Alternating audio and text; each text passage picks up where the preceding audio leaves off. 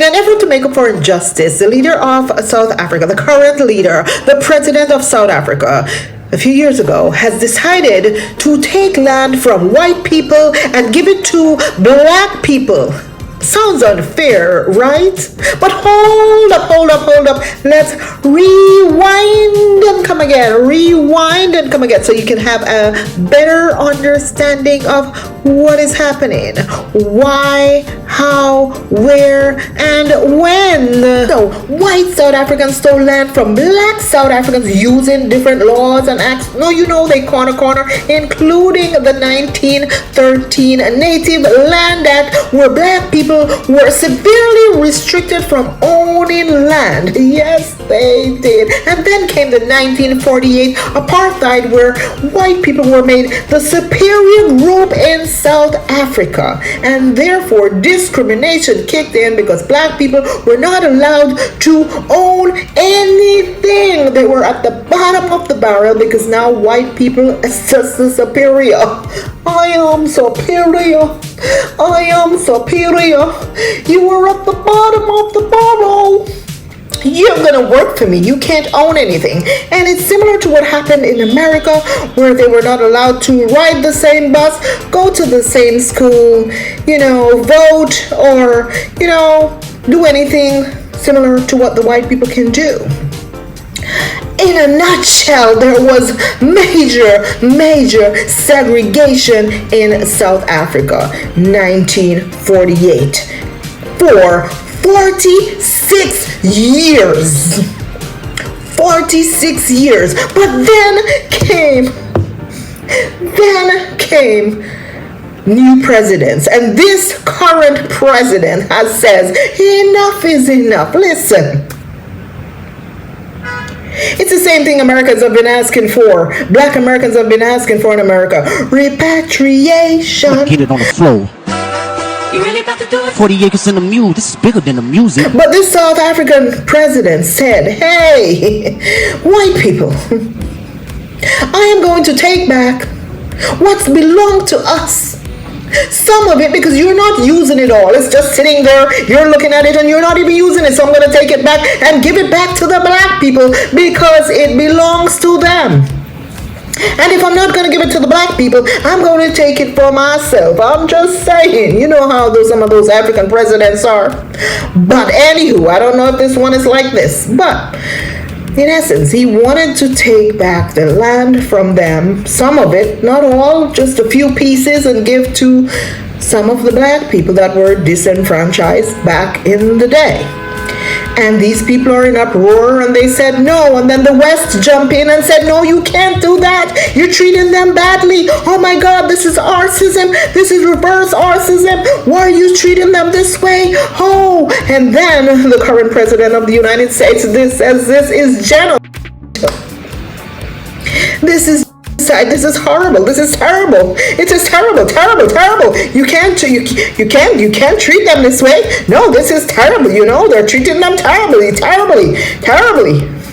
They're going into the fields and they're unaliving them, and they have to get them out of there.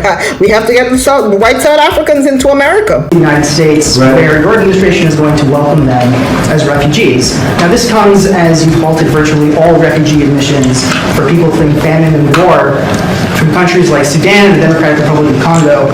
Why are you creating an expedited path into the country for Afrikaners but not others? Because they're being killed, and we don't want to see people be killed. But it's a genocide that's taking place that you people don't want to write about. But it's a terrible thing that's taking place, and farmers are being killed. They happen to be white. But whether they're white or black makes no difference to me. But white farmers are being killed, and their land is being confiscated in South Africa. And the newspapers and the media, television media, doesn't even talk about it. If it were the other way around, they'd talk about it. That would be the only story they'd talk about. And I don't care who they are. I don't care about their race, their color. I don't care about their height, their weight. I don't care about anything. I just know that what's happening is terrible. I have people that live in South Africa. They say it's a terrible situation taking place. So we've essentially extended citizenship to those people to escape from that violence and come here. fears so much. We offer this question of the land. I don't know what Donald Trump has to do with South African land, because he's never been here. And he must keep his America, we will keep our South Africa. That's what he must do. South Africa is our land. South Africa belongs to all the people who live here in South Africa. It does not belong to Donald Trump. He can keep his America. And Ene is even worse. He is even worse. When I meet him, I will tell him, we are living as a nation, and black and white, we are going to find solutions for our land question. So Donald Trump must leave us alone. He must leave us alone, Maori. When we were facing apartheid, when we were facing oppression, he was not here. He did not fight side by side with us. And we were able, on our own, yes, with support of progressive forces in the world, to resolve the apartheid question. As far as I recall, Donald Trump was not around the negotiating table when we negotiated the end of apartheid. So stick around there in the White House. We will do our business here, and we will find solutions for our problem. So stay out of our issues, and we will not get involved in your issues in America. And then he flew them in. Well, they offered them, I think about 8,000 of them, free citizenship in America, the land of the free and brave. That's what I heard. It was 8,000, but I was surprised to see it was only 49 that showed up on that private jet that flew out of Johannesburg straight into Washington, D.C. a day ago. And this is why I'm having this discussion with you today. So let's get into it. Let's talk about what's happening in the news. My name is Pebbles Hall, and please subscribe to my channel. If you like my content, hit the like button, leave your comments in the comment section. I want to be clear, though, that this topic is not to incite any sort of racial discrimination against any group of people. This is merely a discussion of current issues and current topic that is going on in the news. Okay? Thank you for watching and enjoy. Hey world, have you heard about the white refugees arriving in America? Yes, you heard that right. Recently, a group of Afrikaners, white South Africans, touched down on U.S. soil. And no, they didn't arrive on a leaky raft or after a perilous desert trek. These folks flew in on a plane. Not just any plane, but a U.S. government-chartered plane, like some kind of VIP service for people fleeing. Wait, what exactly are they fleeing? The Trump administration welcomed them with open arms, granting them refugee status. On humanitarian grounds, they say. Because the plight of white farmers in a country where they still own most of the land is apparently dire. At Washington today on a plane chartered by the State Department, a process that usually takes years, greeted by a top-ranking U.S. diplomat. Well, this is very much the beginning of a process in their new life and journey, essentially, Mfundo, in the United States. We do understand that this group of, the first group of 49 people that have now arrived at Dulles International Airport in Washington, D.C., will now be processed in the nation's capital, and then we believe be dispersed around the country. They will not all be going to the same space or the same place. We understand that a number of states, 50 in total in the United States, a portion of those states had indicated a willingness to receive these Afrikaner white refugees into the country and help them now assimilate into the United States. We understand, according to the New York Times, that the administration is preparing to help them find temporary and then long-term accommodations, right? Housing is going to be very important. And then the basics, like your furnishings for your home, the essential household items, cleaning supplies, groceries, weather-appropriate clothing, right? Things like appropriate clothing, diapers, formula, hygiene products, and of course, prepaid phones. But this was some more information provided by the Deputy Secretary of State, Christopher Landau, at that welcoming ceremony a few moments ago. Let's take a listen to what he had to say. Secretary of Homeland Security and I just met with this first flight of South African refugees to arrive in our country pursuant to the President's executive order about certain egregious actions in South Africa.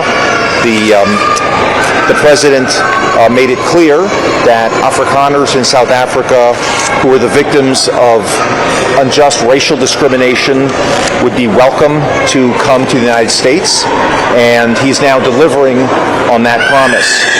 The Deputy Secretary and I just spoke to some of the folks who arrived on this flight, and they tell quite harrowing stories of the violence that they faced in South Africa that was not redressed by the authorities, by the unjust application of the law.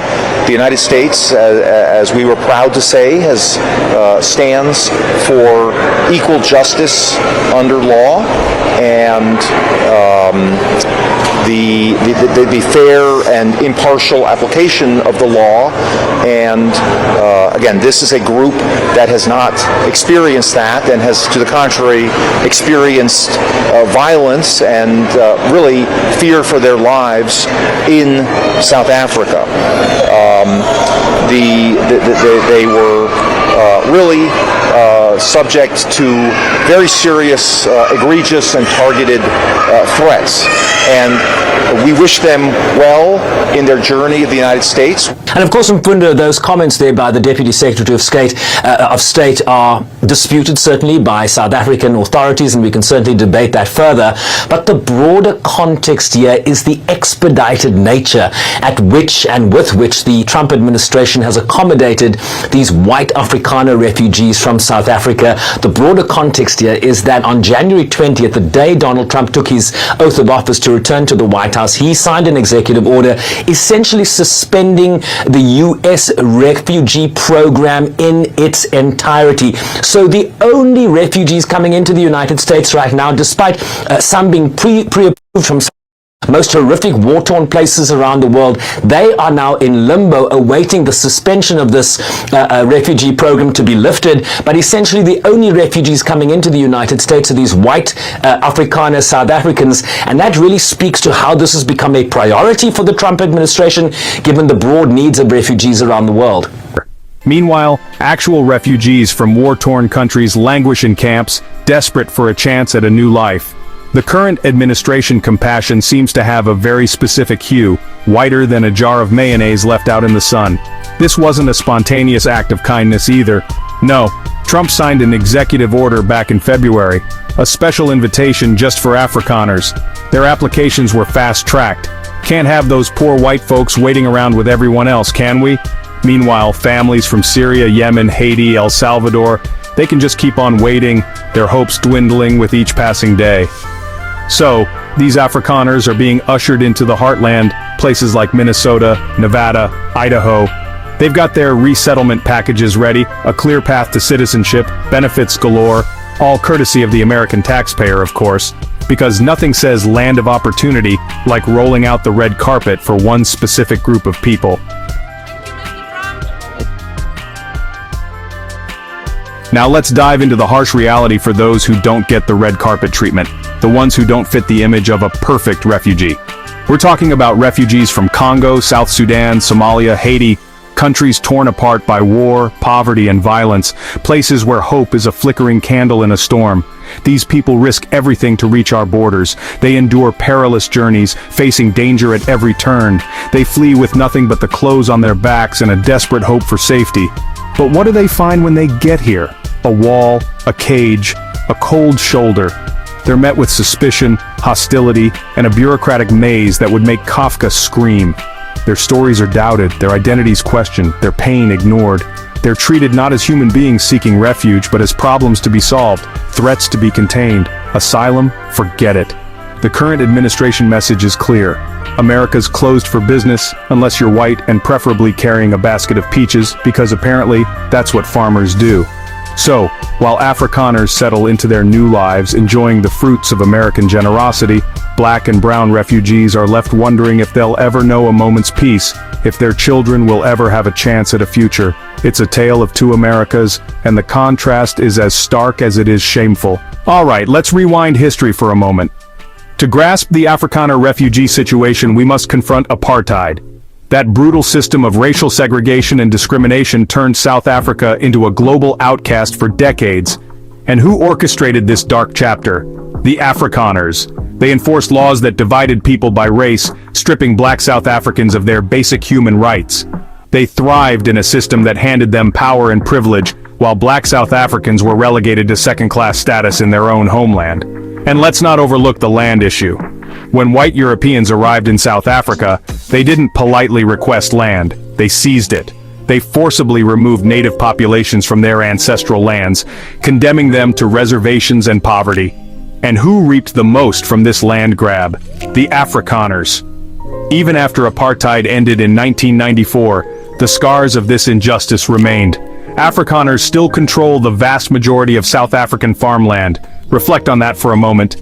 They're a tiny fraction of the population, yet they own most of the land. It's like a gang of raccoons breaking into your home, devouring all your food, and then claiming they're the victims when you ask them to pay rent. South Africa's government is on a mission to tackle the land inequality head-on. They're pushing for land reform, aiming to return stolen land to the black communities who were unjustly stripped of it. The question of land, the land of our forefathers and our foremothers, must return to our people without any fail and without any payment of compensation. And it must happen now. Some Afrikaners are up in arms, crying foul. They shout reverse racism, clutching their land deeds and lamenting their plight. They claim persecution, alleging they're being driven off their farms. This narrative is amplified by certain media and politicians, painting a dramatic picture of white farmers under siege. But here's the truth. There's no evidence of widespread violence against white farmers in South Africa. Yes, there are isolated incidents. Crime happens everywhere, but there's no orchestrated campaign to drive them off their land. The reverse racism claim? It's a convenient distraction from the real issue, a society still grappling with deep-seated inequality in the shadows of its past. Let's discuss dubious claim reverse racism and the justification for favoritism. The Trump administration has fully embraced the reverse racism narrative. They use it to justify their preferential treatment of Afrikaners. They claim these white farmers are facing genocide in South Africa. Genocide, a term that evokes the horrors of the Rwandan genocide. Using it in this context is not just insensitive, it's offensive. But facts have never been a major concern for the Trump administration. They exploit this distorted narrative to stoke fear and resentment, furthering their own agenda. And that agenda is clear: white nationalism, prioritizing white interests while ignoring the suffering of others. The Trump administration claims to uphold American values. But what values are those exactly? The values of a nation built on the backs of slaves, with a long history of discrimination against people of color. Is this the America we want? A country that welcomes white refugees with open arms while slamming the door on those with darker skin? Oh, let us remind them of Orania, a stark reminder of privilege and segregation. If you need undeniable proof that the Afrikaners' persecution narrative is a farce, look no further than Orania. Orania is a town in South Africa with a very specific and shocking set of rules. Rule number 1, whites only. Yes, you heard that right. It's a whites-only enclave, a relic of apartheid, where the racist ideology of that era thrives undisturbed. The residents of Orania claim they're merely preserving their culture and way of life. But what kind of culture are we talking about? A culture rooted in racial superiority, exclusion, and exploitation. Because that's the only culture Orania seems to be preserving. The existence of Orania shatters the Afrikaners' victimhood narrative. If they're so persecuted, how do they have an entire town where they live comfortably, free from the so-called tyranny of the black majority? It's a stark reminder that while many Afrikaners claim to have moved on from apartheid, the stench of still lingers. Beloved Orania, can I stay in here? You're not Afrikaner. Afrikaners are descendants of Dutch settlers who arrived at the Cape of Good Hope on a boat in the year 1652. Would you say that Orania is a controversial town in South Africa? Orania is definitely. I don't have to doubt it. I know that Orania is controversial. Orania. What is happening? Can somebody answer? Section 235 of the South African Constitution acknowledges the right of cultural groups to self-determination. But what about the Afrikaner enclave of Orania, which also uses race to determine who can be allowed to live in that community? The main reason why it's controversial is misperception. I think so. It's my personal opinion. Misperception about Orania. The people who have the most to say about Orania have never visited. Would you agree with me if I say that this man performed a lot of atrocities in the past? It's our history. But I know it's your history, but at the end of the day, a lot of people were harmed in the process. You don't think if you are embracing this, you're definitely embracing apartheid? In my whole lifetime, I never thought I would come across a town within the land of black people where blacks are not allowed to live in there.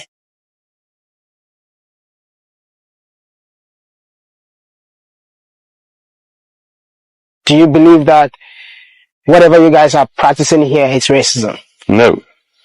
So what is it then? It's a cultured town. It's a cultured town. It's an Afrikaner town. The narrative is out there that if you preserve your culture, you're racist. And that's not true. But I don't think an African can leave Africa, go to Europe, and say that we just bought this land and no one is allowed to come in. In this town, it's whites only. If I have to decode the whites only, I'm talking about Afrikaans only. So if you're a black man like me, you cannot stay there. We say Orania is a community for Afrikaners. It's not an issue, just white in, black out. It's a question of culture. But someone might ask, if you want to preserve your culture, you're preserving your culture on a land that belongs to South Africans. Well, that is whole nother debate. If that is the case, then let's bring the other debate. Terrible things are happening in South Africa. White South Africans make up about 8% of the population, but they hold about 3/4 of privately owned land in the country. In contrast, only 4% of privately held land is owned by black South Africans. Well, I don't think land expropriation without compensation is a good idea.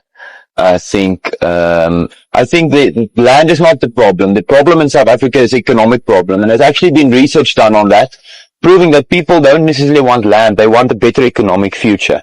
Most people don't want to be farmers. To farm is a tough job. It's not a very rewarding job in terms of money and so on. I also think that the South African economy will collapse if there is land expropriation without compensation. Orania, an Afrikaner-only town in South Africa, has weighed in on the US President Donald Trump's order halting financial aid to South Africa and offering refugee status to Afrikaners. But this is what the Afrikaners think about Trump's offer.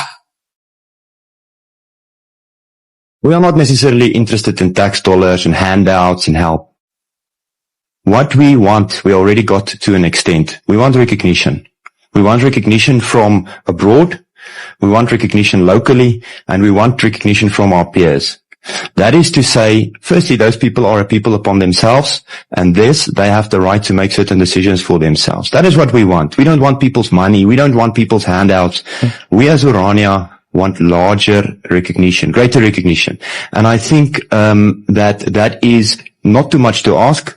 Actually, I think that's very reasonable. Where are we on this issue? A nation divided, public outcry, and accusations of racial bias. The Afrikaner refugee crisis has ignited a firestorm of outrage across America. People are decrying the hypocrisy, the glaring double standard. How can we call ourselves a nation of immigrants, a beacon of hope, when we prioritize white refugees over those escaping far more perilous situations? Social media is ablaze with accusations of racial bias, of a system rigged in favor of white people. Listen to what Americans are saying. This is crazy. Donald Trump is giving white South Africans, I don't even like saying white Africans because there's no such thing as a white African, by the way. Genetically, there isn't. It's just Dutch people that overstayed their welcome. The fact that you guys call yourself African is just so divisive and evil. You already took a bunch of land, diamonds, you took that, and then you take their ethnicity too. Like, I'm gonna be African too, you know? Jeez, Africans can't have it. I've even been confronted by white Africans who say that they're more African than I am because I was born in America. I'm more African than you. I was like, no, you're not. You don't even like black South Africans. So you're not more African than me because genetically it would disprove all that bull.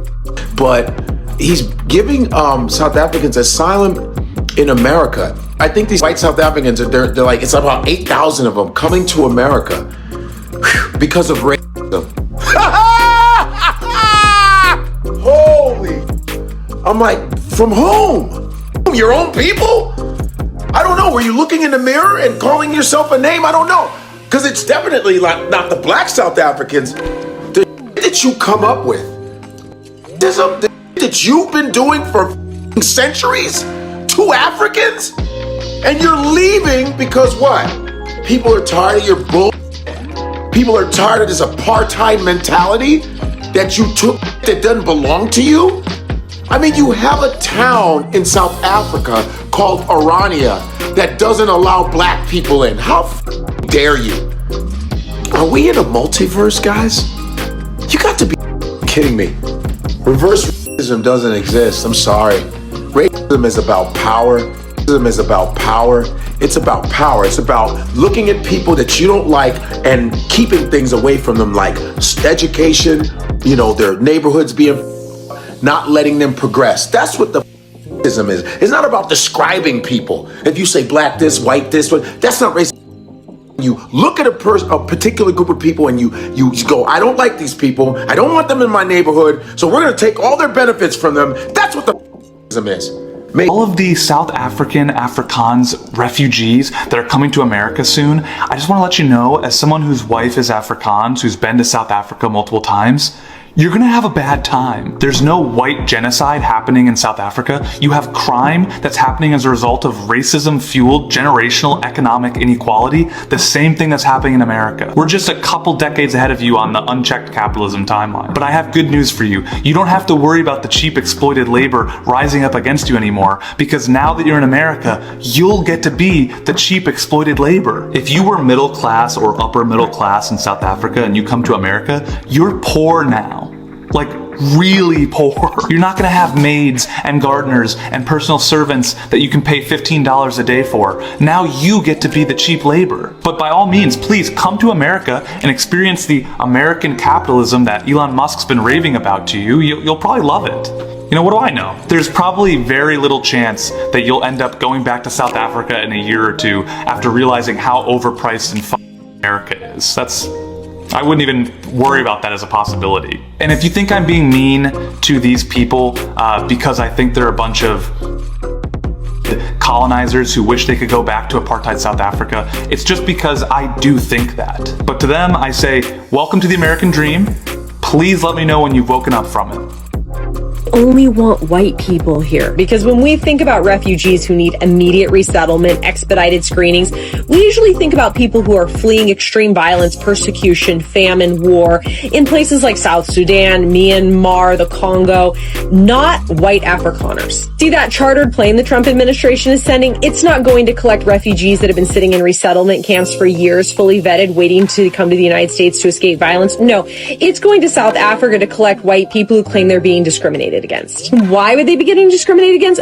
Probably because they spent generations instituting legalized forms of racial segregation and discrimination called apartheid, aka Stephen Miller's wet dream. See, while the rest of the world after World War II saw that maybe racial discrimination not such a hot idea and favored more policies of integration and away from colonization, Afrikaners doubled down on that instituted apartheid. Although it ended over 30 years ago, the social and economic legacies of apartheid continue continue today. South Africa is the most unequal country in the entire world, according to the World Bank, with white South Africans earning over 12 times what black South Africans do. But don't worry, we're going to make sure that the white Afrikaners who instituted generations of discrimination and segregation against black people get everything they need to get started here in the United States in their new life. Sending private planes to pick up 8,000 Caucasian South African refugees when we're kicking people out that are in the middle of their immigration proceedings here in the U.S. now. Literally having people show up for their final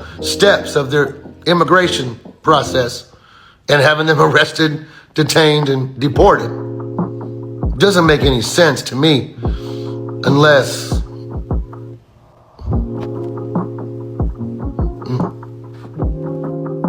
Make this make sense. Trump wants to get rid of all the black and brown immigrants in this country, but yet he wants to import white refugees from South Africa. Make it make sense.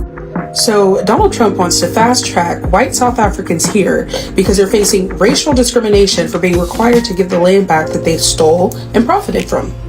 Make it make sense. You colonize a country, live and prosper and profit off of the land that you stole, exploit black bodies for generations, and the second justice starts calling, you get to play victim and get a visa. And of course, Trump is at the forefront. Of course he's at the forefront of the refugees of accountability. So where is this energy for black Americans still waiting on reparations? Where is this energy for Native Americans still needing to be sovereign? Where is this energy for asylum seekers who aren't rich, white, and without a Bible in their hand? These people aren't being discriminated against. They're just being told to give back what they stole. It's not discrimination, it's called consequences. What Trump is really doing is protecting a certain kind of power, right? It's the kind of power that always has a passport, a safety net, and a spotlight. And it doesn't matter where it's coming from. Europe, South Africa, here, he's invested in keeping that power. Black and Native people have been brutalized, erased, displaced for centuries. When justice starts knocking for certain people elsewhere, y'all want to come to the rescue? It's not just hypocrisy anymore, it's policy now, apparently. These just the healthiest looking refugees I've ever seen. The most nourished, the most well kept, cleanest, most well-dressed refugees I've ever seen. I've never seen such stunningly healthy, good-looking refugees in my life. Thank God America offered them refuge from South Africa. Thank God. They looked like they could not have even stood another day there. Thank God. To the 50 Afrikaners who fled to the US, calling themselves refugees, you are not refugees. You are just a case study of white flight dressed up as martyrdom. You're not escaping violence, you're escaping equality. South Africa didn't chase you away. You ran. Yes, South Africa is one of the most violent countries in the world. Yes, brutality exists. But let's be honest, violence affects all communities, not just white farmers. Black, colored, Indian, and yes, white people are all targets of a national crime crisis. What we have is a breakdown in safety, not a white. This is not ethnic cleansing, it's criminal collapse, and running to the US won't fix it. You are part of a 7% minority, but somehow still manages to control over 70% of the wealth. That is not persecution, that's privilege on a guilt trip. And let's be real, if we tried to relocate just half of the Afrikaans population, it would take decades, billions in logistics, and you'd still end up culturally homeless in a country that don't want your apartheid baggage. You're not brave, you're not victims. You're scared of a world where you don't get to be in charge, and that makes the rest of the Afrikaans community cringe, because you make us look weak. South Africa is broken, and it's our problem to solve. So if you don't have the spine to do so, stay gone. And you know what? They're absolutely right. This entire episode exposes the harsh reality of America's immigration system, a system steeped in racism, a system that has always discriminated based on skin color. Even within the government, there are voices of dissent, disgusted by the unfolding events. The Episcopal Church, for instance, has taken a stand against this racist farce.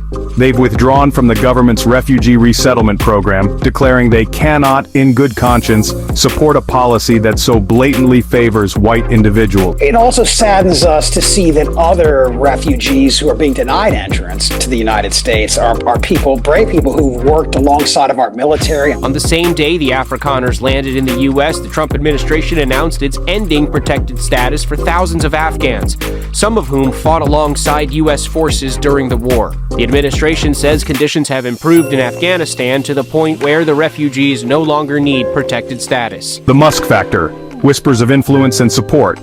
And then, there's the Elon Musk enigma. While there's no hard proof that Musk orchestrated the Afrikaner airlift, it wouldn't be a surprise, would it?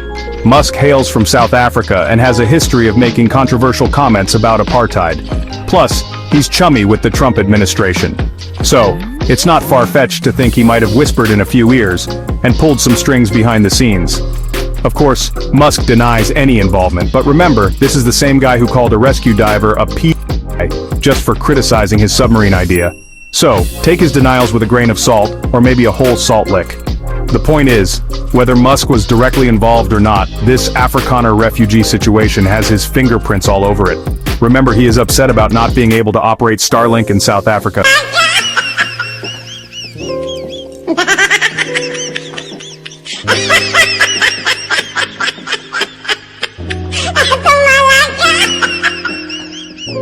It reeks of the same entitled, out-of-touch worldview Musk is known for. It's the worldview of a privileged few who believe the rules don't apply to them, who think they can bend the world to their will, regardless of the consequences for others. I shouldn't laugh, I'm sorry. South Africans said they taught Elon Musk to be a colonialist and then they sent him to the United States to see what happens. I shouldn't laugh, I'm sorry. A tarnished ideal, what this policy reveals about American values. So, where does this leave us? It leaves us with a tarnished ideal. The vision of America as a land of opportunity, a sanctuary for the oppressed, feels hollow tonight. What we're witnessing is an America more invested in maintaining white privilege than in upholding its own principles. This Afrikaner refugee crisis isn't just about immigration policy, it's about our national identity. It's about whether we're ready to confront the systemic racism embedded in our foundation. It's about whether we'll continue to prioritize the interests of the few over the needs of the many. The choices we make today will shape the nation we become tomorrow. We can choose to be a nation that welcomes the stranger regardless of their skin color, or we can choose to be a nation that slams the door on those who need us most, betraying our own values. The choice is ours. But let's not pretend we don't know who we are if we choose the latter. And that's our show. We'll be right back after a message from our sponsors. Empathy and basic human decency. Apparently those are in short supply these days. Thank you for watching. Like, share, and subscribe.